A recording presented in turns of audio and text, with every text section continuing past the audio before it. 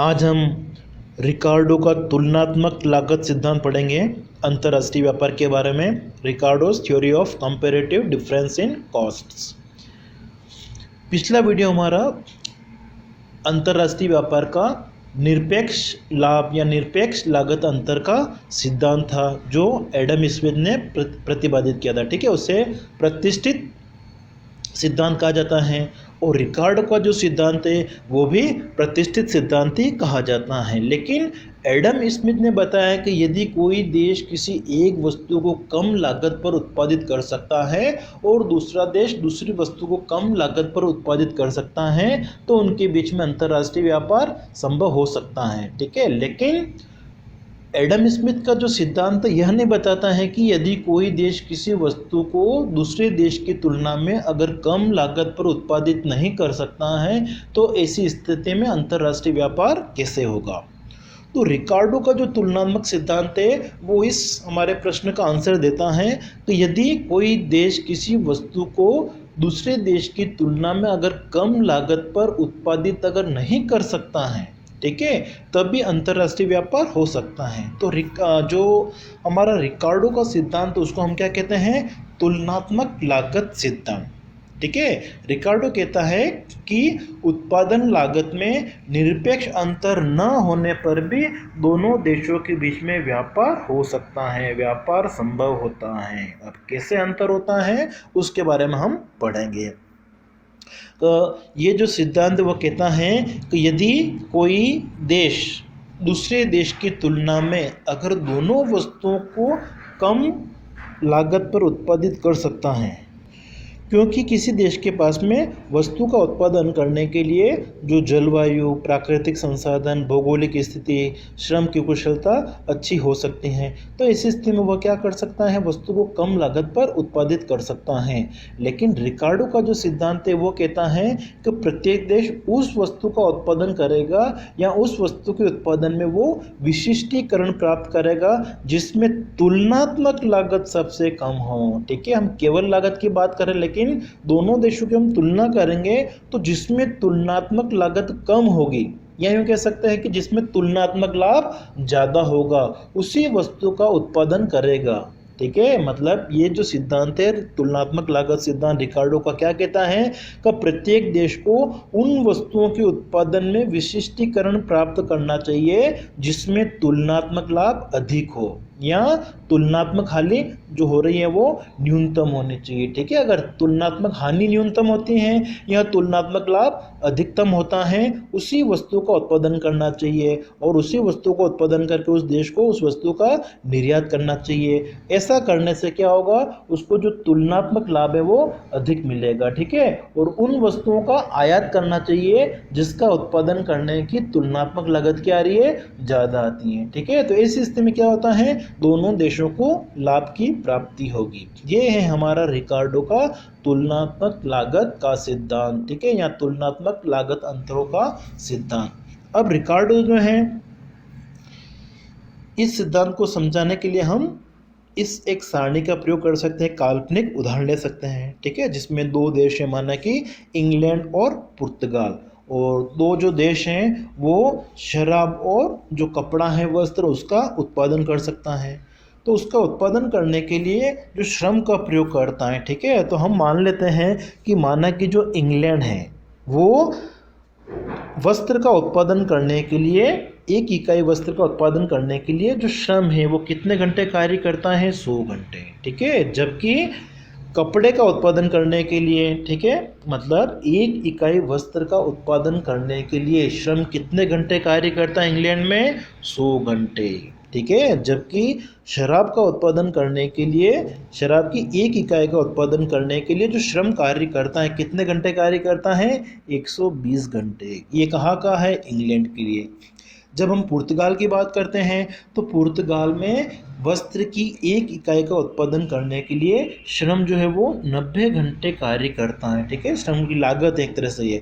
और दूसरा कि पुर्तगाल में जब हम शराब की उत्पादन की बात करते हैं तो एक इकाई शराब का उत्पादन करने के लिए जो श्रम कार्य करता है वो कितने घंटे कार्य करता है, 80 घंटे कार्य करता है।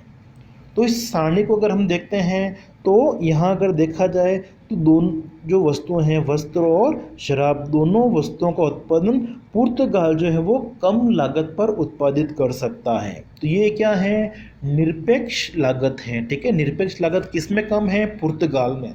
लेकिन रिकार्डो का जो सिद्धांत है वो कहता है कि यदि पुर्तगाल दोनों वस्तुओं को कम लागत पर उत्पादित कर सकता है, फिर भी उनमें जो तुलनात्मक लागत न्यूनतम है उसी का उत्पादन करना चाहिए पुर्तगाल को। ठीक है, तो उसके लिए हम उन देशों के मध्य में शराब और वस्त्र के बीच में जो घरेलू विनिमय का अनुपात है उसकी हम तुलना कर लेते हैं। तो उसकी हम तुलना करते हैं तो हम देखते हैं कि जो इंग्लैंड है, अगर वो श्रम की एक इकाई का प्रयोग करके, श्रम की एक इकाई या एक घंटा जो है वो प्रयोग करके जो शराब है वो कितना उत्पादित करता है, एक इकाई।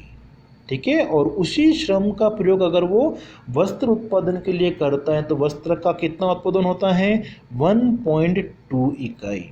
ठीक है, मतलब हो गया कि एक इकाई शराब का उत्पादन कर रहे हैं तो वो, और यहाँ क्या करे, 1.2 इकाई वस्त्र का उत्पादन कर रहे हैं। दोनों के लिए जो श्रम लागत है वो क्या है, समान है इंग्लैंड के लिए। जबकि हम पुर्तगाल की बात करें तो पुर्तगाल में जो घरेलू विनिमय अनुपात है शराब और वस्त्र के बीच में वो है एक इकाई शराब बराबर 0.88 इकाई वस्त्र। मतलब श्रम का प्रयोग करके वो या तो एक इकाई शराब का उत्पादन कर सकता है या फिर जो वस्त्र का उत्पादन करता है वो कितना होता है, 0.88 ही होता है। तो इस स्थिति में अगर हम देखते हैं तो जो इंग्लैंड है वो क्या कर सकता है, अपने श्रम का प्रयोग करके वस्त्र का जो उत्पादन है वो शराब की तुलना में अधिक कर सकता है। ठीक है, तो इसका मतलब रिकार्डो का जो ये सिद्धांत है वो क्या कहता है कि जो इंग्लैंड है वो एक तरह से जो कपड़ा है, वस्त्र है, उसको न्यूनतम तुलनात्मक लागत पर उत्पादित कर सकता है। इसलिए इंग्लैंड जो है वो क्या करेगा, वस्त्र का उत्पादन करेगा, वस्त्र के उत्पादन में विशिष्टीकरण की प्राप्ति करेगा और उसका निर्यात करेगा किसको, पुर्तगाल को। ठीक है, जबकि हम देखते हैं इस उदाहरण में कि जो पुर्तगाल है श्रम का प्रयोग करके वो उत्पादन कितना करता है, शराब का एक इकाई बना सकता है, और वस्त्र की बनाता है तो वो कितनी इकाई बनती है, 0.88 इकाई का उत्पादन ही होता है। ठीक है, तो दोनों की तुलना करते हैं तो ज़्यादा जो उत्पादन होता है वो किसका होता है, शराब का। तो इसका मतलब रिकार्डो कहता है कि पुर्तगाल को शराब के उत्पादन में विशिष्टीकरण प्राप्त करना चाहिए और इसका उत्पादन बढ़ा के इसका निर्यात करना चाहिए किसको, इंग्लैंड को। तो ऐसी स्थिति में दोनों देशों को लाभ की प्राप्ति होगी। तो ये है हमारा रिकार्डो का तुलनात्मक लागत सिद्धांत अंतर्राष्ट्रीय व्यापार के बारे में। ठीक है, तो अंतर्राष्ट्रीय व्यापार के बारे में तुलना करने के लिए हम देखते हैं कि उनके बीच में शराब और वस्त्र का जो घरेलू विनिमय अनुपात है वो कितना है और उसके आधार पर हम निष्कर्ष निकाल सकते हैं। ठीक है, तो यहाँ पर जो हमने उदाहरण लिया उसके हिसाब से देखें तो इंग्लैंड जो है वो वस्त्र का उत्पादन न्यूनतम लागत पर कर सकता है। ठीक है, या इसमें जो उसको तुलनात्मक लाभ हो रहा है वो ज़्यादा होता है। ठीक है, और पुर्तगाल को तुलनात्मक लाभ किस में अधिक होता है, जब वो शराब का उत्पादन करता है तब। तो शराब किसका होता है, शराब का जो उत्पादन वो कौन करेगा, पुर्तगाल, और वस्त्र का उत्पादन किसको करना चाहिए, इंग्लैंड को करना चाहिए। ठीक है, ये है हमारा रिकार्डो का सिद्धांत। अब रिकार्डो का जो ये सिद्धांत है, ठीक है, उसमें रिकार्डो ने क्या क्या मान लिया, तो सबसे पहले मान लिया द्विपक्षीय व्यापार। ठीक है, मतलब दो देश हैं उनके बीच में व्यापार होता है और उत्पादन जो हो रहा है उसमें उत्पत्ति समता नियम क्रियाशील होता है। ठीक है, मतलब जिस अनुपात में साधन बढ़ाते हैं उत्पादन भी उसी अनुपात में बढ़ जाता है, और जो उत्पादन किया गया उसमें कोई परिवहन लागत नहीं होती है, यातायात बड़ा नहीं होता है। फिर देश के अंदर जो उत्पादन के संसाधन हैं, साधन है, वो क्या होते हैं, पूर्ण रूप से गतिशील होते हैं। फिर अर्थव्यवस्था में पूर्ण प्रतियोगिता पाई जाती है और सारे संसाधन रोजगार में लगे होते हैं, मतलब पूर्ण रोजगार की स्थिति होती है। फिर जिन दोनों देशों की हम बात करें उन दोनों देशों की जो आर्थिक स्थिति है वो एक समान होती है। फिर रिकार्डो मानता है कि उत्पादन करने का केवल एक ही साधन होता है, श्रम होता है। ठीक है, श्रम को केवल उत्पादन करने के लिए प्रयोग किया जाता है और जो श्रम है उसकी सभी इकाइयाँ समरूप होती हैं। फिर रिकार्डो मानता है कि दोनों देशों में केवल भिन्न वस्तुओं का व्यापार किया जाता है, अलग अलग वस्तुओं का व्यापार किया जाता है। लेकिन अर्थव्यवस्था में जो उतार चढ़ाव होते हैं उसकी व्याख्या नहीं की जाती है। और दोनों देशों में जो लेन देन हो रहा है वो स्वर्णमान प्रणाली पे आधारित है। ठीक है, तो ये और परिवहन व्यय की उपेक्षा ये हमने ऊपर देख लिया था। तो ये सारे रिकार्डो का जो सिद्धांत है हमारा, ठीक है, अंतर्राष्ट्रीय व्यापार का तुलनात्मक लागत सिद्धांत, इसकी मान्यताएं हैं। और जो सारणी बनाई थी, ठीक है, उसको हम एक रेखा चित्र के द्वारा भी प्रदर्शित कर सकते हैं। ठीक है, जैसे हम रेखा चित्र बनाए तो एक तरफ हमने ले लिया कपड़े का उत्पादन और दूसरी तरफ हम ले सकते हैं शराब का उत्पादन।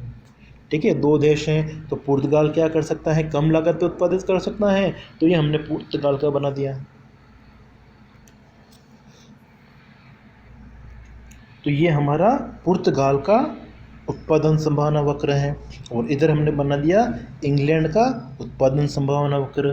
तो इस रेखा चित्र को अगर हम देखते हैं, ठीक है, इधर हमने कपड़ा लिया था और उधर हमने लिया था शराब का उत्पादन। ठीक है, और ये हमारा जो वक्र है ये पुर्तगाल का है और ये हमारा इंग्लैंड का है। ठीक है, अब इस डायग्राम को देखते हैं तो यहाँ पर जो उत्पादन की लागत है, दोनों वस्तुओं का उत्पादन जो है वो पुर्तगाल कम लागत पर कर सकता है। ठीक है, लेकिन रिकार्डो जो है वो क्या कहता है, तो जिसमें तुलनात्मक लाभ ज़्यादा हो रहा होगा, ठीक है, जिसमें तुलनात्मक लाभ ज़्यादा होता है या जिसमें तुलनात्मक हानि कम होती हैं, उसी वस्तु का उत्पादन किसी देश को करना चाहिए। ठीक है, तो यहाँ पर अगर हम देखते हैं तो इंग्लैंड जो है वो क्या करेगा, कपड़े का जो उत्पादन है वो न्यूनतम लागत पर कर सकता है। ठीक है, यहाँ देखिए अंतर क्या आ रहा है, यहाँ पे कम अंतर आ रहा है। ठीक है, तो इसका मतलब क्या होना चाहिए, तो इंग्लैंड को कपड़े का उत्पादन करना चाहिए और पुर्तगाल को क्या करना चाहिए, शराब का उत्पादन करने पर अतिरिक्त लाभ की प्राप्ति होगी। अब हम देखते हैं कि रिकार्डो का जो सिद्धांत है उसकी कौन कौन सी आलोचना है। ठीक है, तो रिकार्डो का जो सिद्धांत है ये चाहे प्रतिष्ठित सिद्धांत है, लेकिन वर्तमान समय में भी इसका बहुत महत्व है। मतलब बहुत सारे अर्थशास्त्री मानते हैं कि वर्तमान समय में भी जो अंतर्राष्ट्रीय व्यापार होता है उसका मूल आधार रिकार्डो का सिद्धांत ही है। ठीक है, अब देखो फिर भी अर्थशास्त्री जैसे प्रोफेसर बर्टिन ओहलिन हैं, ग्राहम है, इन्होंने रिकार्डो के इस सिद्धांत की आलोचना की है। ठीक है, सबसे पहले उन्होंने क्या बताया कि रिकार्डो का जो सिद्धांत है बहुत सारी अवास्तविक मान्यताओं पे आधारित है और इसमें केवल पूर्ति पक्ष जो है उसके ऊपर ज़्यादा जोर दिया गया। मतलब मांग कितनी उसके बारे में ये नहीं बताता है, मतलब मांग पक्ष की उपेक्षा करता है। फिर ये बताता है कि केवल दो देश हैं और दो ही वस्तुएं, जबकि वास्तव में क्या होता है, दो से अधिक देश होते हैं और वो अधिक वस्तुओं का उत्पादन करते हैं। फिर अगर देश छोटा है या कोई देश अगर बड़ा है तो इस स्थिति में वो पूर्ण विशिष्टीकरण को प्राप्त नहीं कर सकता है। फिर इसमें बताया गया है कि ये नियम जो हमारा है वो उत्पत्ति समता नियम पर आधारित है, जबकि अर्थव्यवस्था में उत्पत्ति ह्रास नियम की स्थिति भी हो सकती है। फिर यह सिद्धांत जो हमारा है वो परिवहन लागतों की उपेक्षा करता है, परिवहन लागतों पे ध्यान नहीं देता है। और फिर ये हमारा मॉडल जो है वो क्या है, स्थितिक मॉडल है। ठीक है दोस्तों, तो ये रिकार्डो का अंतर्राष्ट्रीय व्यापार का सिद्धांत था।